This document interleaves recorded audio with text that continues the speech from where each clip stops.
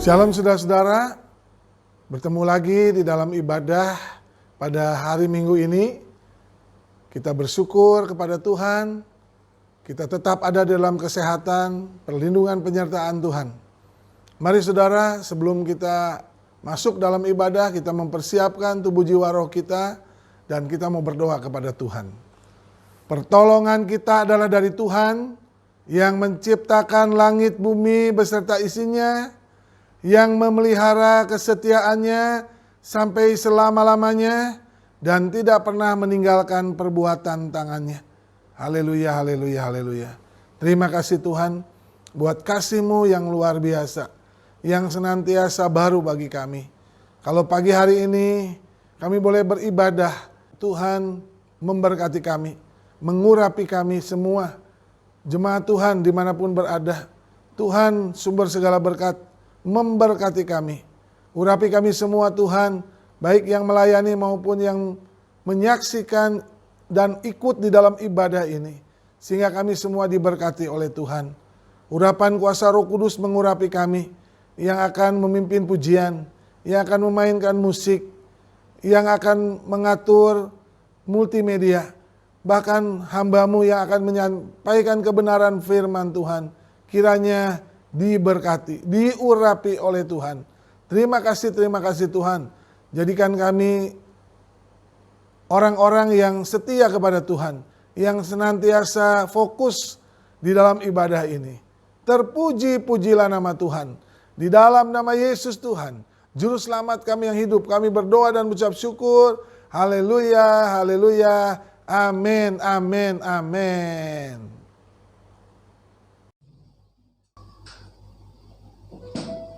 Shalom Bapak Ibu, Saudara-saudari yang terkasih di dalam nama Tuhan Yesus. Pada pagi hari ini kita mau datang kepada Tuhan. Kita mau bawa hati kita. Kita mau menyenangkan hatinya. Haleluya.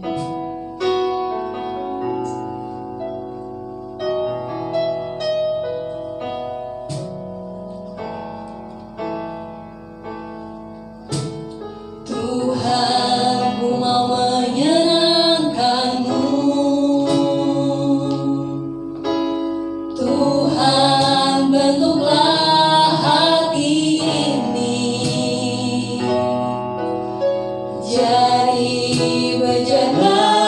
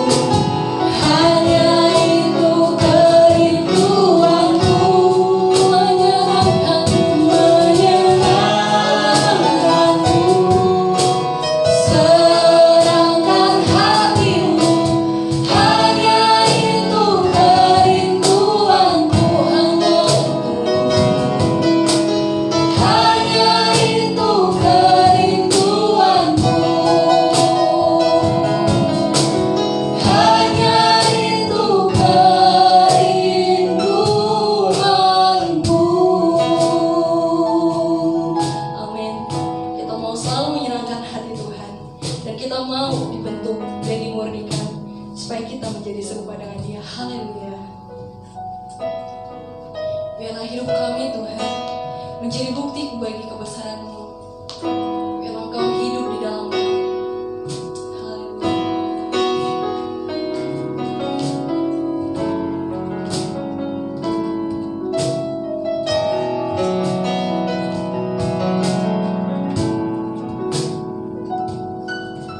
Tuhan, Kau sempurna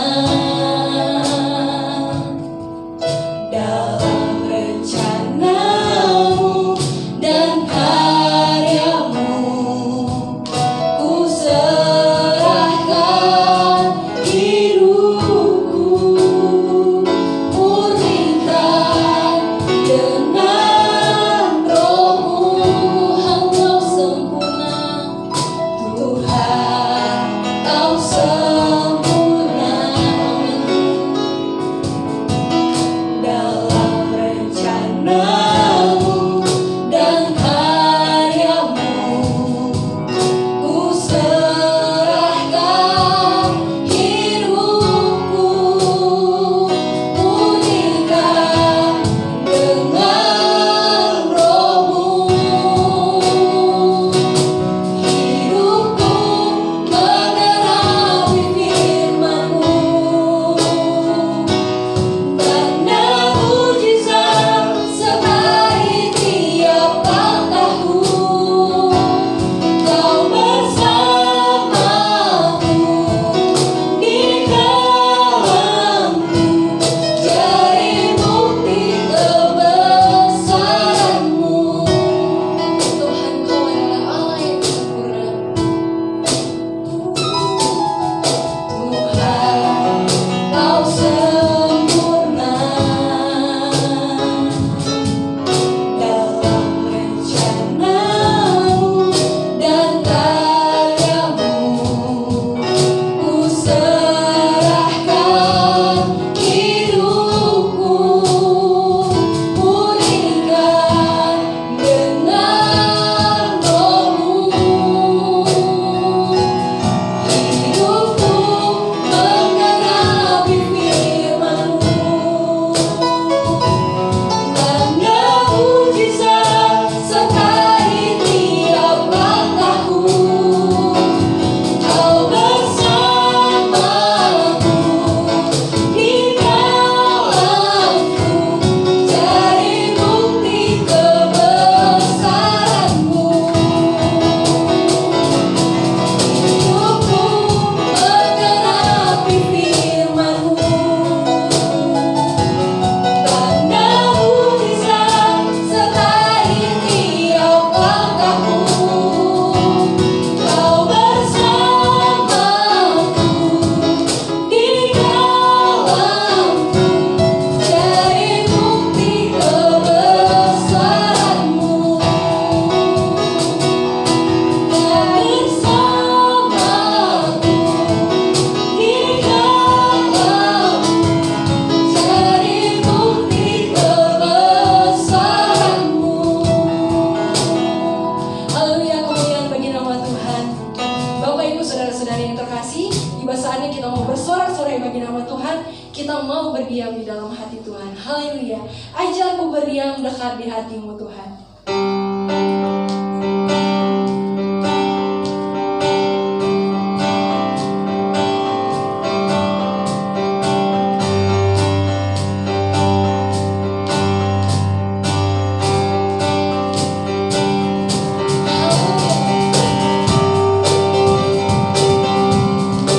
Kami bersukacita Tuhan, yang kami dekat.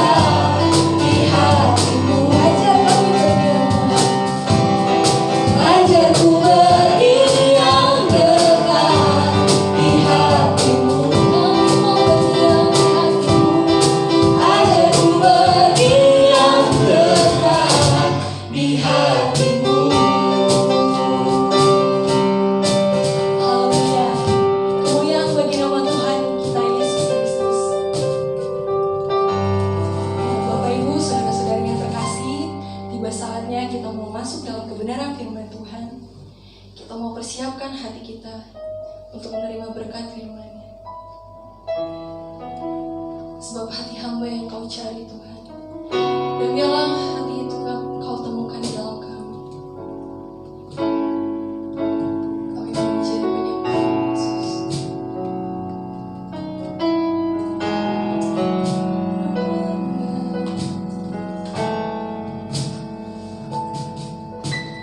Ku tak dapat lupakan kebaikan-Nya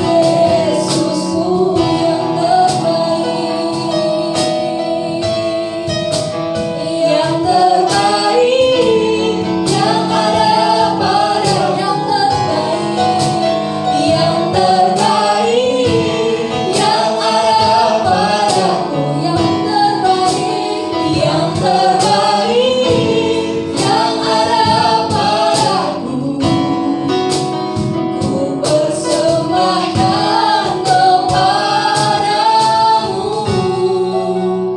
Yesusku.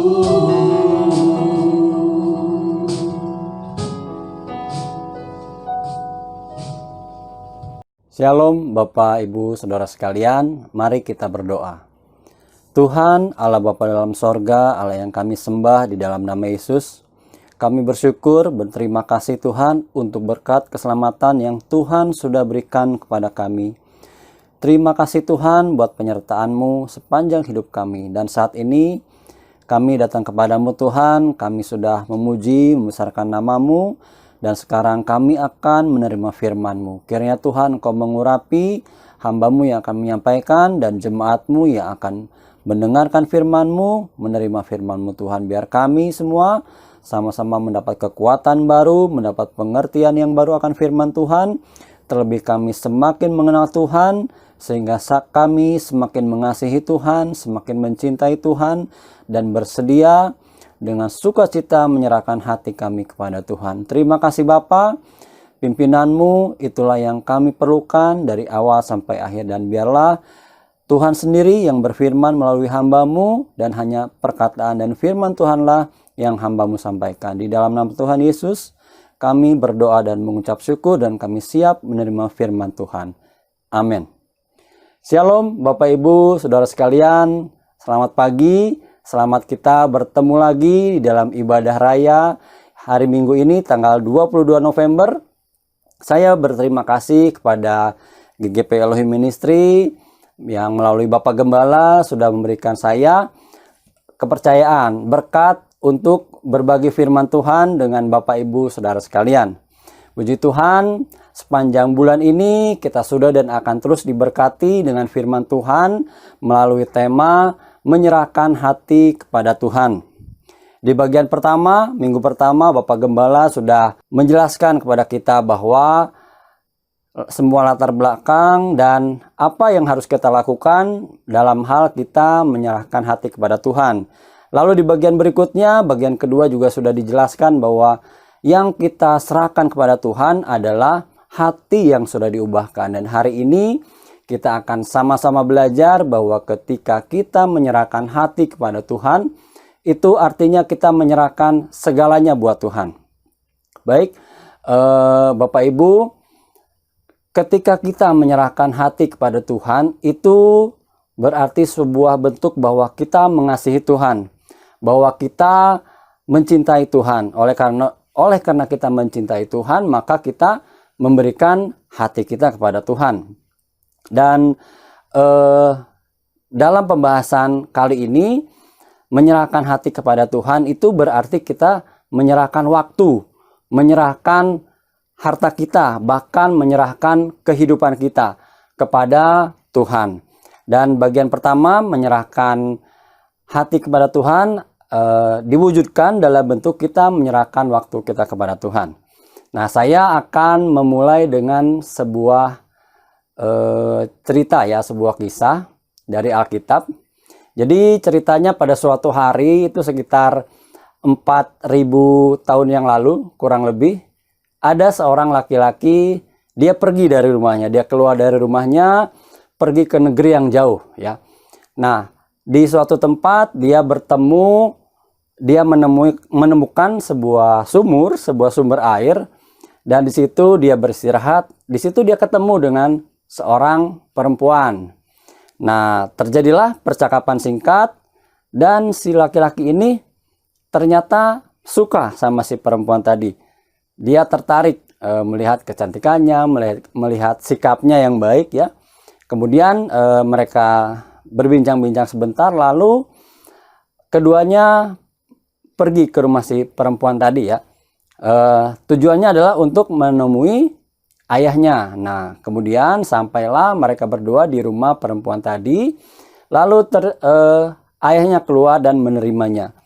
Kemudian mereka ngobrol, lalu si laki-laki ini menyatakan tujuannya bahwa dia akan bekerja.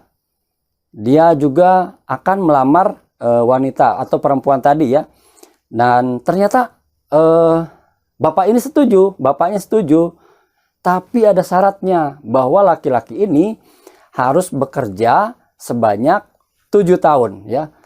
Selama 7 tahun dia harus bekerja sebagai mas kawin untuk dapat menikahi perempuan tadi.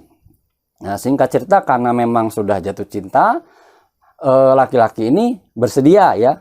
Nah, Bapak Ibu mungkin tahu ya, ini cerita adalah mengenai Yakub dan Rahel ya. Kita akan buka Alkitab kita buka dalam Kejadian 29 ayat 18 sampai 20. Saya akan bacakan buat Bapak Ibu Saudara sekalian. Yakub cinta kepada Rahel. Sebab itu ia berkata, "Aku mau bekerja padamu 7 tahun lamanya untuk mendapat Rahel anakmu yang lebih muda itu." Saud Laban, "Lebih baiklah ia ku berikan kepadamu daripada kepada orang lain. Maka tinggallah kepadaku." Jadi bekerjalah Yakub 7 tahun lamanya untuk mendapat Rahel itu. Tetapi yang 7 tahun itu dianggapnya seperti beberapa hari saja karena cintanya kepada Rahel. Luar biasa ya Bapak Ibu Saudara sekalian. Kisah ini memaparkan kepada kita bahwa ketika Yakub jatuh hati, jatuh cinta kepada Rahel, maka saat itulah dia menyerahkan hatinya kepada Rahel. Terjadi kemudian bahwa Laban, ayahnya Rahel itu ternyata mengakali Yakub, sehingga setelah lewat 7 tahun ternyata yang diberikan bukannya Rahel, malah Lea. Jadi untuk mendapat Rahel, Yakub harus bekerja lagi selama 7 tahun lagi. Tapi kembali karena cintanya kepada Rahel, Yakub bersedia. Ya, jadi ketika Yakub sudah menyerahkan hatinya kepada Rahel, maka dengan sendirinya dia bersedia, bahkan dengan sukacita dia menyerahkan waktunya untuk Rahel ya, untuk hidup bersama Rahel, untuk menghidupi Rahel bahkan. Dan ini menjadi gambaran bahwa ketika kita mencintai Tuhan, ketika kita mengasihi Tuhan, maka dengan sendirinya kita akan memberikan hati kita kepada Tuhan, dan dengan begitu kita juga akan bersedia memberikan waktu kita buat Tuhan. Nah, pagi ini adalah sebuah bukti bahwa kita sudah menyerahkan waktu kita kepada Tuhan. Bapak Ibu sudah mempersiapkan diri dari pagi, sudah bangun mungkin pukul 5, pukul 6. Tadi jam 7 sudah standby di depan laptop atau di depan HP masing-masing. Sudah membuka link yang di bagian Bapak Gembala. Sambil menunggu hitungan mundur mulainya ibadah, mungkin Bapak Ibu sudah berdoa dulu, sudah memuji menyembah Tuhan dulu, baru jam 7.15 kita memulai ibadah. Bapak Ibu sudah memuji Tuhan dan sekarang mendengarkan firman Tuhan, lalu nanti akan menerima doa berkat dari Bapak Gembala. Kemudian selesai ibadah mungkin kita akan mentransfer sejumlah persembahan lewat rekening gereja, atau mungkin Bapak Ibu akan menyerahkan persembahan lewat hamba-hamba Tuhan. Nah, ini jam 8 atau jam 8.15 ibadah selesai. Jadi sekitar 1 jam saja hari ini kita menyerahkan waktu kita kepada Tuhan. Nah, Bapak Ibu, biasanya ketika orang sudah jatuh cinta gitu ya, jadi dia tuh biasanya senang untuk berlama-lama dengan kekasihnya, senang memberikan waktunya untuk semakin banyak waktu yang dia berikan buat kekasihnya. Nah, apakah kita juga demikian? Ya, apakah kita juga senang berlama-lama dengan Tuhan? Apakah kita juga senang berlama-lama menyembah Tuhan, berlama-lama memuji Tuhan, berlama-lama membaca firman Tuhan untuk mengenal Tuhan lebih dalam? Mari kita uji diri kita masing-masing. Mari kita tanyakan kepada diri kita masing-masing. Oke, ini sepertinya kedengarannya apa ya, terlalu menuntut gitu ya. Jadi kita harus berikan waktu, tapi sebenarnya nggak begitu. Sekarang mari kita lihat. Kita kan tadi berbicara kita mencintai Tuhan, tapi sebenarnya Tuhan lebih dulu yang mencintai kita. Mari kita buka 2 ayat sekaligus ya Bapak Ibu Saudara sekalian. Kita buka dalam Yohanes 8 ayat 2. Saya akan bacakan. Pagi-pagi benar ia berada lagi di bait Allah, dan seluruh rakyat datang kepadanya. ia duduk dan mengajar mereka. Lalu kita buka lagi dalam Lukas 21 ayat 37. Pada siang hari, Yesus mengajar orang banyak di pelataran Bait Allah.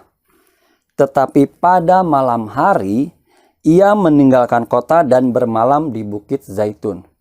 Ini menandakan bahwa Tuhan Yesus itu dari pagi-pagi benar sampai malam, dia menyerahkan waktunya untuk kita. Mengajar, lalu juga menyembuhkan, mengerjakan banyak mujizat, menegur yang salah, memperbaiki yang salah. Itu yang Tuhan Yesus kerjakan selama di dunia. Tuhan Yesus memberikan waktunya. Bahkan setelah Tuhan Yesus naik ke sorga, bahkan sampai sekarang, Tuhan tetap bersedia kita temui.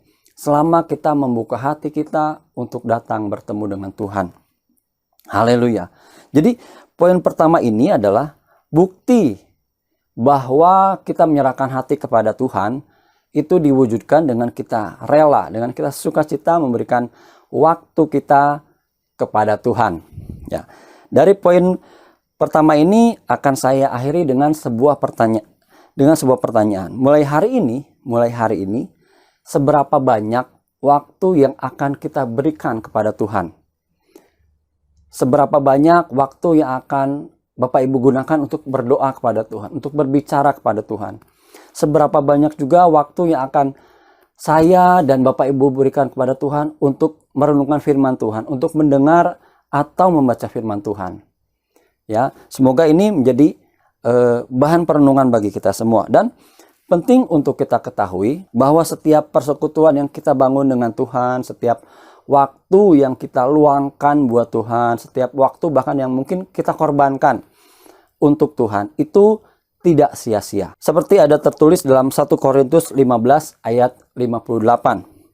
Karena itu saudara-saudaraku yang kekasih, berdirilah teguh, jangan goyah, dan giatlah dalam pekerjaan Tuhan. Sebab kamu tahu bahwa dalam persekutuan dengan Tuhan, jerih payahmu tidak sia-sia. Haleluya. Oleh karena itu, saya ajak Bapak Ibu Saudara sekalian, mari kita sama-sama memiliki komitmen untuk memberikan waktu yang terbaik dan lebih banyak lagi buat Tuhan. Baik, kita akan melanjutkan tadi poin pertama yang memberikan waktu kepada Tuhan. Yang kedua adalah menyerahkan hati, artinya juga kita menyerahkan harta kepada Tuhan. Kita buka dalam Kejadian 30 ayat 31. Ini masih dalam cerita mengenai Yakub dan Rahel.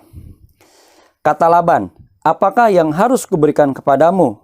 Jawab Yakub, "Tidak usah kau berikan apa-apa kepadaku. Aku mau lagi menggembalakan kambing dombamu dan menjaganya, asal engkau mengizinkan ini kepadaku." Ini adalah perbincangan ini terjadi ketika setelah lewat 14 tahun. Yakub bekerja kepada Laban sebagai mas kawin, jadi tanpa digaji. Karena cintanya kepada Rahel, Yakub benar-benar menyerahkan hatinya untuk Rahel. Sampai harus menghabiskan waktu 14 tahun untuk bekerja pada Laban sebagai syarat mendapatkan Rahel. Dan hal itu dianggap hanya sebagai mas kawin saja, Bapak Ibu. Jadi dalam 14 tahun itu Yakub nggak dibayar, nggak sebagaimana karyawan dibayar oleh bosnya.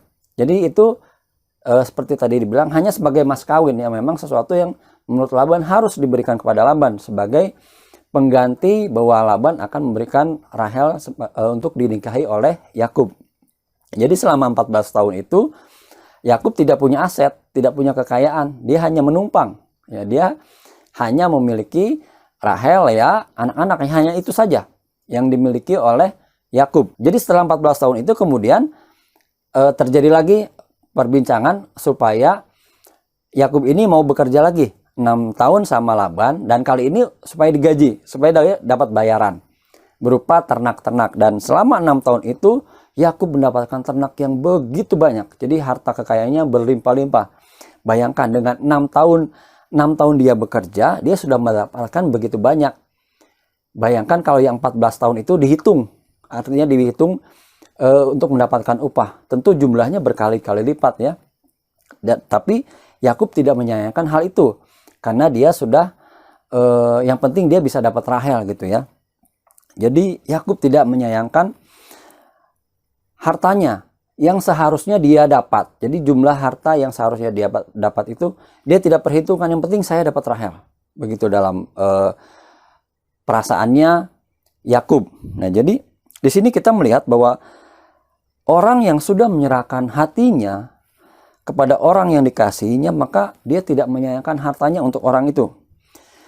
Nah, mungkin terbukti ya ketika Bapak Ibu masih pacaran dengan yang sekarang sudah menjadi istri atau suami Bapak Ibu, itu ketika pacaran itu pasti ingin memberi ini, memberi itu, bahkan tanpa diminta pun kita cari tahu nih apa kesukaannya gitu ya, lalu kita beliin. Nah gitu ya. Nah begitu pula ketika kita memberikan hati kita kepada Tuhan, maka dengan sendirinya kita tidak akan menyayangkan untuk memberikan harta kita kepada Tuhan, untuk pekerjaan Tuhan. Apakah ada orang yang menyerahkan hartanya kepada Tuhan? Banyak. Dalam Alkitab ada orang-orang yang bersedia memberikan hartanya kepada Tuhan. Salah satunya adalah Daud. Mari kita buka dalam 1 Tawarik 22 ayat 14. Sesungguhnya sekalipun dalam kesusahan, aku telah menyediakan untuk rumah Tuhan itu 100.000 talenta emas dan 1.000.000 talenta perak dan sangat banyak tembaga dan besi sehingga beratnya tidak tertimbang. Juga aku telah menyediakan kayu dan batu, tetapi baiklah engkau menambahnya lagi. Nah, Daud adalah seorang yang terkenal dekat dengan Tuhan, melekat kepada Tuhan, menyerahkan hidupnya, menyerahkan hatinya kepada Tuhan. Kejadian tadi berlangsung ketika Daud menyiapkan keperluan untuk pembangunan rumah Tuhan, Bait Suci Yerusalem. Ya, karena saking Daud ini mencintai Tuhan, dia ingin membangun tempat untuk menaruh tabut perjanjian. Karena selama ini masih disimpan tidak di sebuah bangunan yang khusus. Nah, tapi ternyata Tuhan berkehendak lain. Tuhan berkatain bahwa yang Tuhan kehendaki untuk membangun bait Allah adalah Salomo, anaknya. Tapi Daud nggak tinggal diam. Dia menyediakan banyak sekali hartanya. Emas, perak, tembaga tadi disebutkan, semua bahan-bahan yang diperlukan Daud sudah siapkan. Jadi sehingga anaknya Salomo itu tinggal nerusin aja. Nah, tadi disebutkan bahwa Daud, salah satunya aja nih ya, kita hitung ya. Daud menyerahkan 100.000 talenta emas. Nah, 1 talenta itu sama dengan 32 kg. Berarti yang Daud serahkan untuk Tuhan adalah 32 dikalikan dengan 100.000 sama dengan 3.200.000 kg emas. Dan itu kalau kita rupiahkan, saya browsing ya Bapak Ibu, pada tanggal 16 November 2020 kemarin itu harga 1 gram emas di Pegadaian itu harganya 952.000 ya per tanggal 16 November 2020. Berarti 1 kg emas itu, kalau 1 kg ini ya dihitung dirupiahkan dikalikan, berarti 1 kg itu kan 1.000 gram dikali dengan 952.000, maka hasilnya adalah 952 juta. Nah, jadi untuk kalau dirupiahkan persembahan emasnya aja nih Daud ya tadi 3.200.000 kg dikali dengan 952 juta, maka total angka rupiahnya adalah 3.046,4 triliun. Luar biasa. Dan ini jumlah ini lebih besar dibanding dengan APBN Indonesia tahun 2020 yang sebesar 2.720,1 triliun. Luar biasa. Begitu besar jumlah yang Daud berikan kepada Tuhan untuk pembangunan rumah Tuhan. Nah, saya bersyukur berada di lingkungan rohani yang mengasihi Tuhan dengan cara yang nyata, dengan cara yang real gitu ya. Di GGP Elohim Ministry ini, di mana hamba-hamba Tuhan dan jemaat itu dengan begitu mudahnya menyerahkan waktunya, menyerahkan hartanya untuk Tuhan. Nah, terbukti kita dulu memulai dengan sebuah ruangan ibadah yang kecil. Kemudian kita membangun ruangan ibadah yang lebih besar. Kita melengkapi dengan sound system, multimedia, dan alat musik yang cukup lengkap. Dan itu biayanya tidak sedikit. Tapi jemaat, hamba Tuhan dan jemaat bersatu untuk mengumpulkan dananya. Dan puji Tuhan terkumpul dan semua itu tercukupi. Haleluya. Kita buka dalam Matius 6 ayat 21. Karena di mana hartamu berada, di situ juga hatimu berada. Ya, jadi orang yang sudah menyerahkan hatinya kepada Tuhan, itu maka dengan sendirinya dia akan tidak menyayangkan hartanya untuk Tuhan. Haleluya. Lalu berikutnya, apalagi nih yang kita berikan kepada Tuhan setelah kita menyerahkan hati kepada Tuhan. Poin ketiga adalah menyerahkan hati, artinya juga menyerahkan hidup.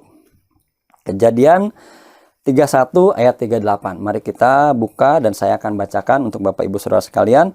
Kejadian 31 ayat 38 sampai 41. Selama 20 tahun ini aku bersama-sama dengan engkau. Domba dan kambing betinamu tidak pernah keguguran. Dan jantan dari kambing dombamu tidak pernah kumakan. Yang diterkam oleh binatang buas tidak pernah kubawa kepadamu, aku sendiri yang menggantinya. Yang dicuri orang, baik pada waktu siang, baik waktu malam, selalu engkau tuntut daripadaku. Aku dimakan panas hari waktu siang, dan kedinginan waktu malam, dan mataku jauh daripada tertidur. Selama 20 tahun ini aku di rumahmu. Aku telah bekerja kepadamu 14 tahun lamanya untuk mendapat kedua anakmu, dan 6 tahun untuk mendapatkan ternakmu, dan engkau telah 10 kali mengubah upahku. Di sini kita melihat karena Yakub sudah menyerahkan hatinya kepada Rahel, dia juga menyerahkan kehidupannya untuk Rahel, untuk menghidupi Rahel. Jadi meskipun saat itu dia diperlakukan Laban dengan tidak adil, dicurangi lah ya, tapi itu nggak jadi masalah buat Yakub. Menyerahkan hidup artinya di sini bersedia dan rela, bahkan dengan sukacita menjalani kehidupan yang mungkin tidak nyaman, yang mungkin kurang menyenangkan. Seperti tadi Yakub sudah ceritakan, dia kepanasan, kedinginan, dia kurang tidur, tapi itu nggak jadi masalah selama Yakub bisa mendapatkan Rahel, bisa hidup bersama dengan Rahel ya. Itu nggak jadi masalah. Jadi perlu diperhatikan di sini bahwa Yakub tadi 20 tahun rela menjalani kehidupan yang tidak menyenangkan itu secara jasmani, secara fisik untuk hidup bersama-sama dengan Rahel. Perlu diperhatikan di sini bahwa di sini tidak ada kata harus ya. Tidak ada kalimat kalau kita menyerahkan hati kita kepada Tuhan, maka kita harus menyerahkan hidup kita. Jadi ini adalah lebih kepada sesuatu yang sudah dengan sendirinya akan kita serahkan. Jadi ketika kita sudah menyerahkan hati kepada Tuhan, maka otomatis ya kita akan menyerahkan waktu kita, juga harta kita kalau dibutuhkan, bahkan kehidupan kita berikan kepada Tuhan. Jadi secara otomatis bahkan dengan penuh sukacita akan kita serahkan. Bapak Ibu, Saudara yang dikasihi Tuhan, Tuhan kita bukanlah Tuhan yang hanya memberi perintah ya. Bukan Tuhan yang hanya suruh ini, suruh itu, bukan. Tapi langsung memberi contoh dan teladan untuk kita ikuti. Dalam hal memberikan hidupnya, Tuhan Yesus sudah lebih dulu mempraktekannya. Dia memberikan hidupnya kepada kita. Dia memberikan hatinya, kemudian dia juga memberikan hidupnya kepada kita. Yohanes 3 ayat 16, ini ayat emas kita semua anak-anak Tuhan, umat Kristiani. Karena begitu besar kasih Allah akan dunia ini, sehingga ia telah mengaruniakan anaknya yang tunggal, supaya setiap orang yang percaya kepadanya tidak binasa, melainkan beroleh hidup yang kekal. Haleluya. Lebih dari apapun, jadi lebih dari apapun Tuhan Yesus itu sudah lebih dulu memberikan hidupnya buat kita. Bahkan sampai mati di kayu salib. Kita buka lagi dalam Galatia 2 ayat 10, ini adalah perkataan Paulus. Namun aku hidup, tetapi bukan lagi aku sendiri yang hidup, melainkan Kristus yang hidup di dalam aku. Dan hidupku yang kuhidupi sekarang ini, di dalam daging adalah hidup oleh iman dalam Anak Allah yang telah mengasihi aku dan menyerahkan dirinya untuk aku. Jadi seperti kita tadi kisah Yakub ya, yang rela menjalani kehidupan yang berat di bawah tekanan Laban ya. Tuhan Yesus juga sudah rela memberikan hidupnya. Sudah rela untuk menjalani banyak hal, banyak kesulitan untuk mengajar dan kemudian menyelamatkan kita. Tuhan Yesus itu sampai di tempat kelahirannya sendiri di Nazaret ditolak. Di tempat dia dibesarkan dia ditolak. Dan entah sudah berapa kali Tuhan Yesus menghadapi ancaman kematian. Dia pernah diseret sampai ke pinggir jurang, pernah hampir dilempari batu. Tapi itu nggak jadi masalah buat Tuhan Yesus. Tuhan Yesus tetap mengasihi kita, tetap memberikan waktunya, tetap memberikan hidupnya untuk kita. Bahkan sampai kemudian akhirnya disiksa dan disalibkan. Semua itu dijalaninya dengan kasih. Ini juga membuktikan bahwa Tuhan sudah lebih dulu mengasihi kita, sudah lebih dulu menyerahkan hatinya dan menyerahkan hidupnya buat kita umat manusia. Lalu pertanyaannya, bagaimana caranya supaya kita bisa menyerahkan hati kita kepada Tuhan? Ya, ketika kita menyerahkan hati kita kepada Tuhan itu nggak ada jaminan bahwa hidup kita kemudian akan kaya raya, hidup penuh kemudahan, kesenangan secara jasmani, secara fisik, enggak. Tapi menyerahkan hati kepada Tuhan itu lebih dari sebuah hubungan ya. Sebuah hubungan yang kita bangun bersama Tuhan. Karena pada kenyataannya Tuhan yang sudah lebih dulu menyerahkan hatinya. Karena dia cinta kepada kita. Karena dia mengasihi kita. Padahal kalau Bapak Ibu renungkan, siapa sih kita ini? Kita ini diciptakan oleh Tuhan. Kita ini ciptaannya Tuhan. Dibentuk oleh Tuhan. Dijadikan oleh Tuhan. Tapi Tuhan itu begitu mengasihi kita. Ya. Begitu bersedia untuk berkorban buat kita. Nah, sebagai seorang yang sudah dikasihi oleh Allah dan sudah diselamatkan, menyerahkan hati kepada Tuhan itu bukan lagi sebuah sebuah keharusan, sebuah kewajiban, tapi memang sudah selayaknya kita lakukan kepada Tuhan. Sudah selayaknya kita memberikan hati kita kepada Tuhan. Ya kalau enggak memberikan hati keterlaluan ya, karena kan Tuhan sudah lebih dulu mengasihi kita. Lalu bagaimana kita bisa menyerahkan hati kita kepada Tuhan? Ini selalu menjadi pertanyaan yang kita di grup persekutuan kadang-kadang beberapa kali ditanyakan, bagaimana kita bisa menyerahkan hati kita kepada Tuhan? Ya, seperti tadi sudah disinggung di awal bahwa seseorang itu dia bisa menyerahkan hatinya kepada orang lain, atau kepada pribadi yang lain itu jika dia mengasihi orang tersebut, jika dia mencintai orang tersebut. Jadi gampang kan kita ngukurnya, jika kita belum sepenuhnya menyerahkan hati, berarti kita belum sepenuhnya mencintai, ya. Jadi cintanya itu belum sepenuhnya, masih setengah-setengah mungkin, ya. Lalu bagaimana caranya kita bisa mencintai Tuhan? Pertama, cinta itu bisa datang dari kesan atau pengalaman pertama, atau kalau kata anak muda zaman dulu, cinta pada pandangan pertama gitu ya. Nah, seperti tadi Yakub dan Rahel. Yakub jatuh cinta pada Rahel pada pandangan pertama. Atau mungkin seperti Petrus yang ketika ketemu Tuhan, dia mendapatkan mujizat, dapat tangkapan ikan yang banyak. Ya, itu sangat berkesan buat Petrus sehingga kemudian Petrus mengikut Tuhan. Nah, tapi ada juga cinta yang datang karena kita mengenal pribadi orang itu lebih dalam, mengenalnya lebih jauh gitu ya. Jadi ini justru yang membuat rasa kasih atau cinta itu semakin kuat. Nah, murid-murid yang lain mungkin nggak sedrastis Petrus ya, langsung begitu antusias. Tapi mereka hidup lama bersama Tuhan. Mereka terus mengiringi Tuhan dan selama itulah justru mereka semakin mengasihi Tuhan, semakin kenal Yesus, mereka semakin mengasihi Yesus. Dan terbukti ketika Tuhan Yesus naik ke surga, murid-murid ini nggak tinggal diam. Mereka berangkat ke daerah-daerah yang jauh. Mereka memberitakan Injil. Kemanapun mereka melangkah, mereka memberitakan Injil. Dan sampai ya mereka tuh sampai mati sebagai martir di tempat penginjilan mereka. Jauh dari Yerusalem. Puji Tuhan. Jadi buat kita yang hidup di masa sekarang ini, bagaimana kita bisa mengenal Tuhan lebih dalam untuk bisa mencintainya. Nah, untuk mengenal Tuhan, yang harus kita lakukan adalah tentu mencari informasi sebanyak-banyaknya tentang Tuhan. Di mana? Di Alkitab. Tentunya di Alkitab, Bapak Ibu. Di mana lagi?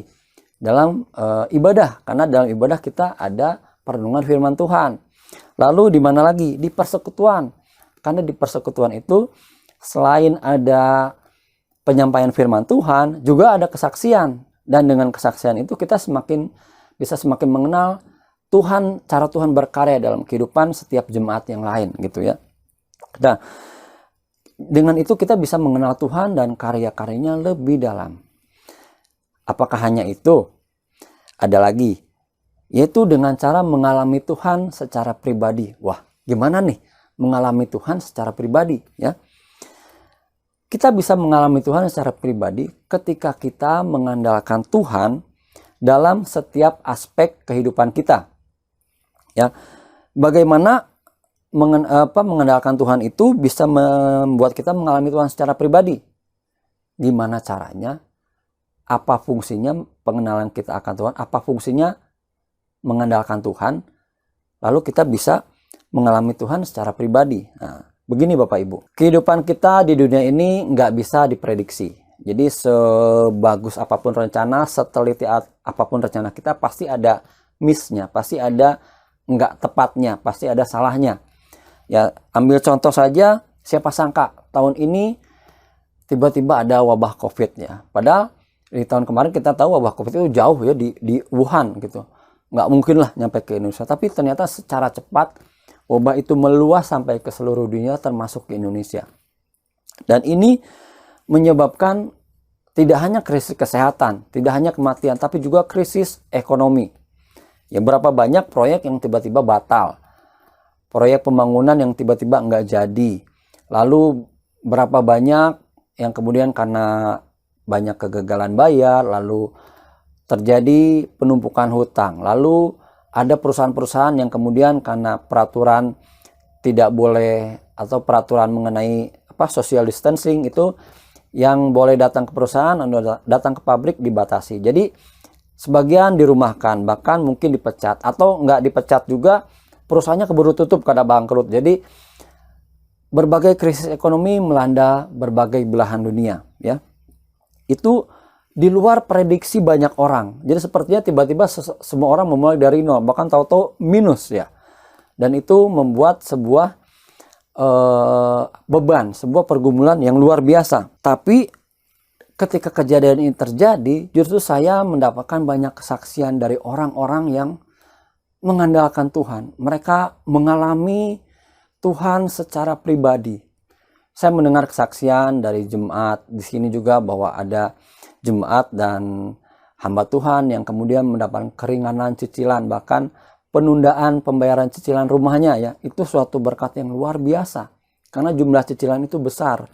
Lalu juga ada pengusaha cat yang tiba-tiba semua dealnya dibatalin karena proyek pembangunannya berhenti. Ya otomatis dia nggak bisa jualan, mangkraklah semua, numpuklah stoknya. Tapi Tuhan kasih hikmat, dia membuat hand sanitizer dan ternyata laku keras ya. Lalu ada juga pengusaha wedding organizer. Ya karena COVID nggak boleh buka acara, nggak boleh rame-ramean, maka batal lah semua perjanjian kontrak untuk weddingnya ya. Jadi dia tidak ada pemasukan, tapi Tuhan kasih hikmat, dia membuat masker yang bukan masker biasa, tapi masker yang untuk fashion ya. Jadi harganya pun tinggi, tapi laku keras dan dia kembali bisa, roda ekonominya bisa berputar kembali. Ini kesaksian-kesaksian ini membuat mereka itu mengalami Tuhan lebih dalam ya, mengalami Tuhan secara pribadi, karena memang mereka mengandalkan Tuhan. Dan saya sendiri juga selama masa PSBB ini mengalami cukup tekanan ya, cukup usaha juga menurun dan banyakkan di rumah gitu, nggak bisa kemana-mana. Tapi ini justru membuat saya dan istri saya mau memiliki banyak waktu yang berkualitas.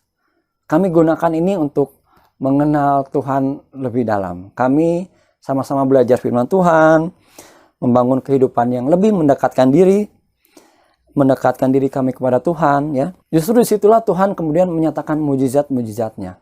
Ya mungkin sebagian Bapak Ibu sudah mendengar juga kesaksian saya di grup. Ya memang ketika kita mengandalkan Tuhan, Tuhan akan datang dan membuat kita mengalami pemulihan, membuat kita mengalami Tuhan secara pribadi. Kita sendiri yang mengalami. Jadi kita mengalami Tuhan itu bukan kata orang lain. Kita mengalami mujizat itu bukan kita dengar cerita orang lain mendapatkan mujizat, tapi kita sendiri yang mendapatkan mujizat itu. Dalam artian kita sendiri yang mengalami Tuhan secara pribadi, ya. Haleluya. Tadi dari awal kita sudah menyimak, ya, kita sudah membaca kisah mengenai Yakub dan Rahel, ya, di mana dari sini kita bisa mengambil sebuah alur yang mempermudah kita untuk memahami kehidupan orang yang sudah menyerahkan hatinya pada Tuhan, ya. Untuk bisa menyerahkan hati kepada Tuhan, kita harus jatuh cinta dulu sama Tuhan. Kita harus mengasihi Tuhan dulu, ya. Baru kita bisa menyerahkan hati kita dengan rela. Untuk bisa jatuh cinta dan mengasihi Tuhan, tentunya dimulai dengan mengenal Tuhan lebih dalam, ya, yaitu melalui firman Tuhan, melalui saat teduh dengan Tuhan, melalui pengalaman pribadi dengan Tuhan. Kesimpulannya adalah orang yang menyerahkan hatinya pada Tuhan sudah pasti akan dengan rela hati, bahkan dengan sukacita, menyerahkan waktunya, hartanya, bahkan kehidupannya kepada Tuhan. Demikian firman Tuhan, mari kita berdoa. Bapa dalam sorga, hamba-Mu telah berkata-kata menyampaikan firman-Mu. Biarlah apa yang hamba-Mu sampaikan ini, apa yang Tuhan sampaikan melalui hamba-Mu ini boleh masuk dan tertanam ke dalam hati kami semua. Dan kami diubahkan menjadi orang-orang yang bersedia menyerahkan hati kami kepada Tuhan. Dan diiringi dengan kami menyerahkan waktu kami lebih banyak kepada Tuhan. Menyerahkan harta kami, rela untuk menyerahkan harta kami buat Tuhan. Juga rela memberikan hidup kami buat Tuhan. Terima kasih Bapa, Engkau sendiri yang sudah menyatakan kasih-Mu kepada kami. Engkau sendiri yang sudah lebih dulu memberikan waktu-Mu kepada kami. Engkau yang sudah lebih dulu memberkati kami. Engkau yang sudah lebih dulu memberikan hidup-Mu untuk menyelamatkan kami ya Tuhan. Terima kasih Bapa, biar firman-Mu tumbuh, tertanam dan berbuah-buah dalam kehidupan kami. Dan kami menjadi anak-anak-Mu yang semakin sempurna di hadapan Tuhan. Di dalam nama Tuhan Yesus, kami berdoa dan mengucap syukur. Haleluya. Amin. Bagaimana saudara? Saudara diberkati dalam ibadah ini? Pasti diberkati ya. Karena firman Tuhan selalu memberkati kita semua. Oleh sebab itu jangan tinggalkan ibadah-ibadah kita yang diadakan setiap minggu jam 7 pagi. Mari terus setia, taat beribadah. Kepada para penonton yang menonton tayangan-tayangan ibadah online yang kami tayangkan setiap hari Minggu jam 7 pagi. Mari bergabung dengan kami, dengan seluruh jemaat Tuhan dimanapun berada. Yang belum beribadah, yang belum bergereja, mari kita bergabung bersama-sama, menikmati berkat Tuhan, firman Tuhan, pujian kepada Tuhan, penyembahan kepada Tuhan. Oleh sebab itu saudara, kita akan dikuatkan, diteguhkan, bahkan kita akan menerima solusi-solusi di dalam ibadah-ibadah ini. Oleh sebab itu saudara yang dikasih dalam nama Tuhan, mari kita tetap setia, tetap hidup di dalam berkat Tuhan. Kita akan mengakhiri ibadah kita dan kita akan berdoa kepada Tuhan. Terima kasih Tuhan buat kasih-Mu. Pagi hari ini kami boleh beribadah dan kami boleh menyelesaikan ibadah. Rangkaian ibadah sungguh memberkati kami. Ketika kami memuji Tuhan, ketika kami menyembah Tuhan, bahkan ketika kami mendengar firman-Mu, kami sungguh-sungguh diberkati oleh Tuhan. Biarlah pujian dan penyembahan kami menjadi dupa yang harum menyenangkan hati Tuhan. Dan setiap firman yang disampaikan kepada kami boleh menjadi berkat, boleh menjadi rema yang mendidik kami, mengajar kami, bahkan menegur kami supaya kami hidup seturut dengan kehendak-Mu. Ajar kami supaya kami senantiasa melakukan setiap firman yang diajarkan kepada kami, sehingga kami menjadi orang yang berbahagia di dalam dunia ini. Bapa, kami juga berdoa buat jemaat Tuhan dimanapun berada, Yang sakit Tuhan sembuhkan, pulihkan, bebaskan, lepaskan. Sehingga kami boleh kembali sehat seperti sedia kala. Tuhan yang sehat, Tuhan lindungi kami dari berbagai sakit penyakit, dari wabah COVID-19, bahkan dari segala sakit penyakit yang lain. Sehingga kami boleh beraktivitas, kami boleh melakukan segala kegiatan kami tanpa gangguan apapun juga. Tuhan memberkati jemaat Tuhan dimanapun berada. Para penonton yang mengikuti tayangan-tayangan yang kami tayangkan, Tuhan diberkati oleh Tuhan. Terima kasih Bapak, berkati sidang jemaat Tuhan dimanapun mereka berada. Usaha pekerjaan mereka diberkati, rumah tangga mereka diberkati, pekerjaan apapun yang mereka kerjakan yang berkenan diberkati oleh Tuhan. Terima kasih Tuhan. Sebentar kami akan mengakhiri ibadah kami dan kami mau menerima berkat Tuhan.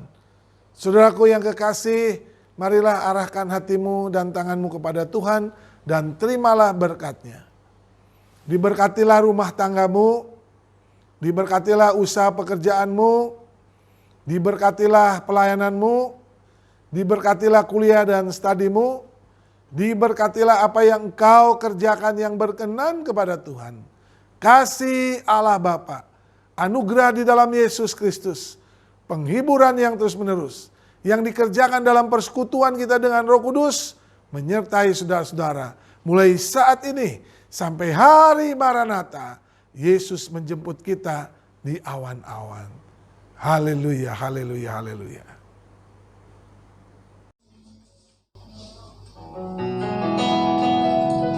Ku nyanyi